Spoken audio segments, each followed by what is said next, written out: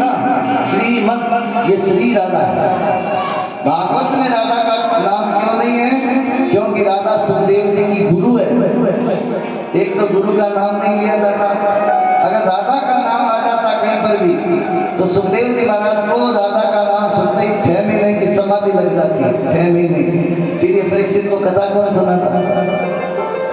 इसलिए भागवत के अंदर कहीं पर भी राधा का नाम नहीं है। लेकिन ये राधा कौन है? क्योंकि लोग आजकल के लोग क्या समझते हैं? तर्क करते हैं। पुराने तो बंद करें, जो युवा पीढ़ी है ना वो करती है क्या कि राधा और कृष्ण दोनों प्रेमी हैं। तो उनके लिए मैं कथा, कल प्रसंग आएगा, कल या परसों, तो मैं बताऊंगा राधा तत्व क्या है। राधा कोई और नहीं, ये तो मोहिनी अवतार लिया। जब भगवान शंकर ने उस स्वरूप को देखना चाहा, वही जो अवतार है उसी का जो स्वरूप है राधा है। कृष्ण ही राधा है, राधा ही कृष्ण है। दोनों अलग अलग नहीं है। राधा और कृष्ण दोनों एक है। अभी के लिए आप इतना ही समझे। आइए भगवान का नाम लेते हुए हम आगे बढ़ते हैं। हरे शरणम हरे शरणम हरे शरणम हरे शरणम हरे शरणम हरे शरणम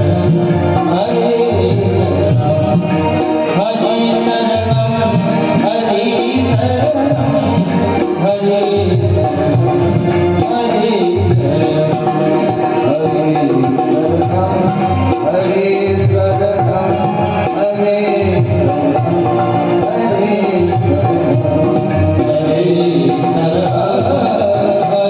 शरणम हरे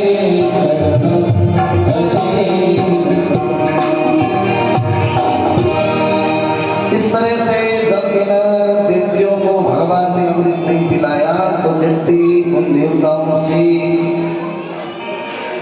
द्वेष करने लगे। वापिस युद्ध हुआ। ये भाई भाई की जो लड़ाई है ना आज से नहीं चल रही। उन्होंने स्वर्ग पे कब्जा कर लिया ना वापिस, तो ये देखते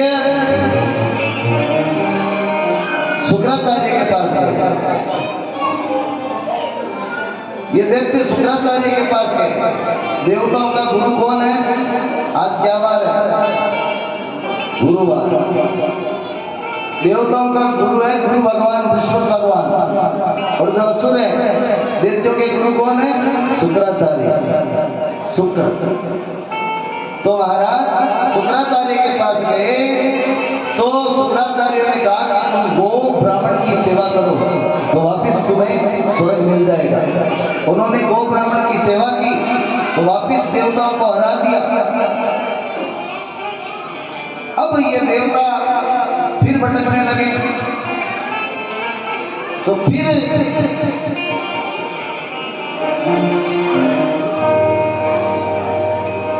देवताओं की जो मांग है उसने कश्यप जी से कहा कि हे प्राण, मुझे कोई ऐसा पुत्र हो, ऐसा कोई उपाय बताइए जिससे ये बार बार जो मेरे बेटे इधर उधर घूमते हैं ये परेशानी दूर हो जाए।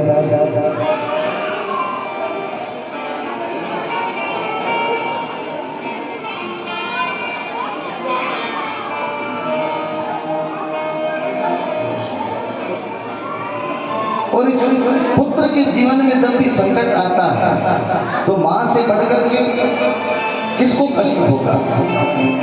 माँ का पुत्र के प्रति जो स्नेह होता है वो किसी का किसी के प्रति नहीं हो सकता।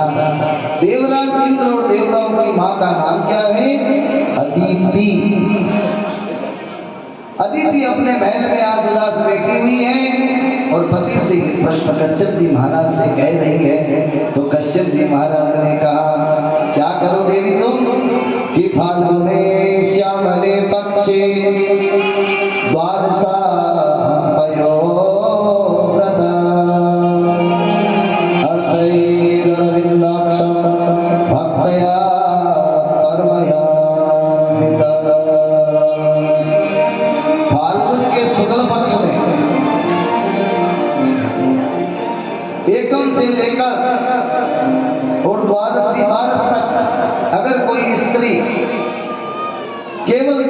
करके और भगवान विष्णु का दर्शन करे तो उसके यहाँ पर सुंदर पुत्र का जन्म होता है, देवताओं के समान। कहा कि देवी तुम इस व्रत को करो, तुम्हारा मनोरथ पूर्ण होगा।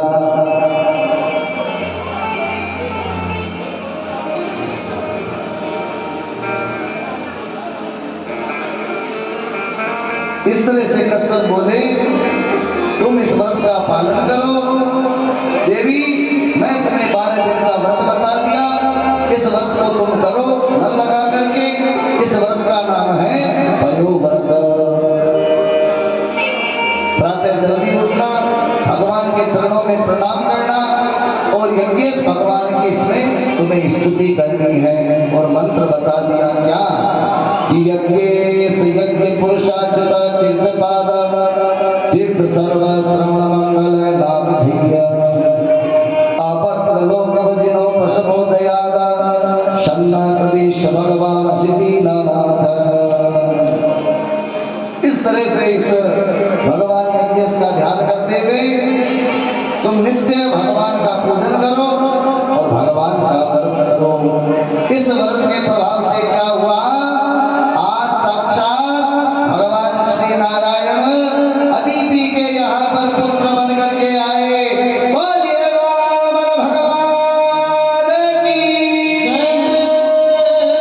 जैसे ही वामन बन करके आए हैं, उनके छोटे छोटे हाथ और छोटे छोटे पैर केवल 52 अंगुल के, ये 52 अंगुल केवल, इसलिए नाम पड़ गया वामन। और जैसे ही वो आए सब देवता बड़े प्रसन्न। वामन को देने के लिए सरस्वती जी आई, एक ऐसी माला लेकर के आई जो कभी भी भूलता ही नहीं। आप भी जाते हो ना कहीं पर बर्थडे पार्टी होती है तो गिफ्ट लेकर के, उसी तरह आज सभी देवता अलग अलग गिफ्ट लेकर के आए। कोई यमराज जी ने दंड दिया, इंद्र ने छत्र दिया, किसी ने कमंडलू दिया, किसी ने आसन दिया, किसी ने छोटी छोटी खड़ाऊ दी, सब ने कुछ न कुछ दिया और सब वामन का सत्कार कर रहे हैं और गा रहे हैं। और क्या कह रहे हैं, ओ आज विष्णु आवियो, आज विष्णु आवियो, आज विष्णु आवियो,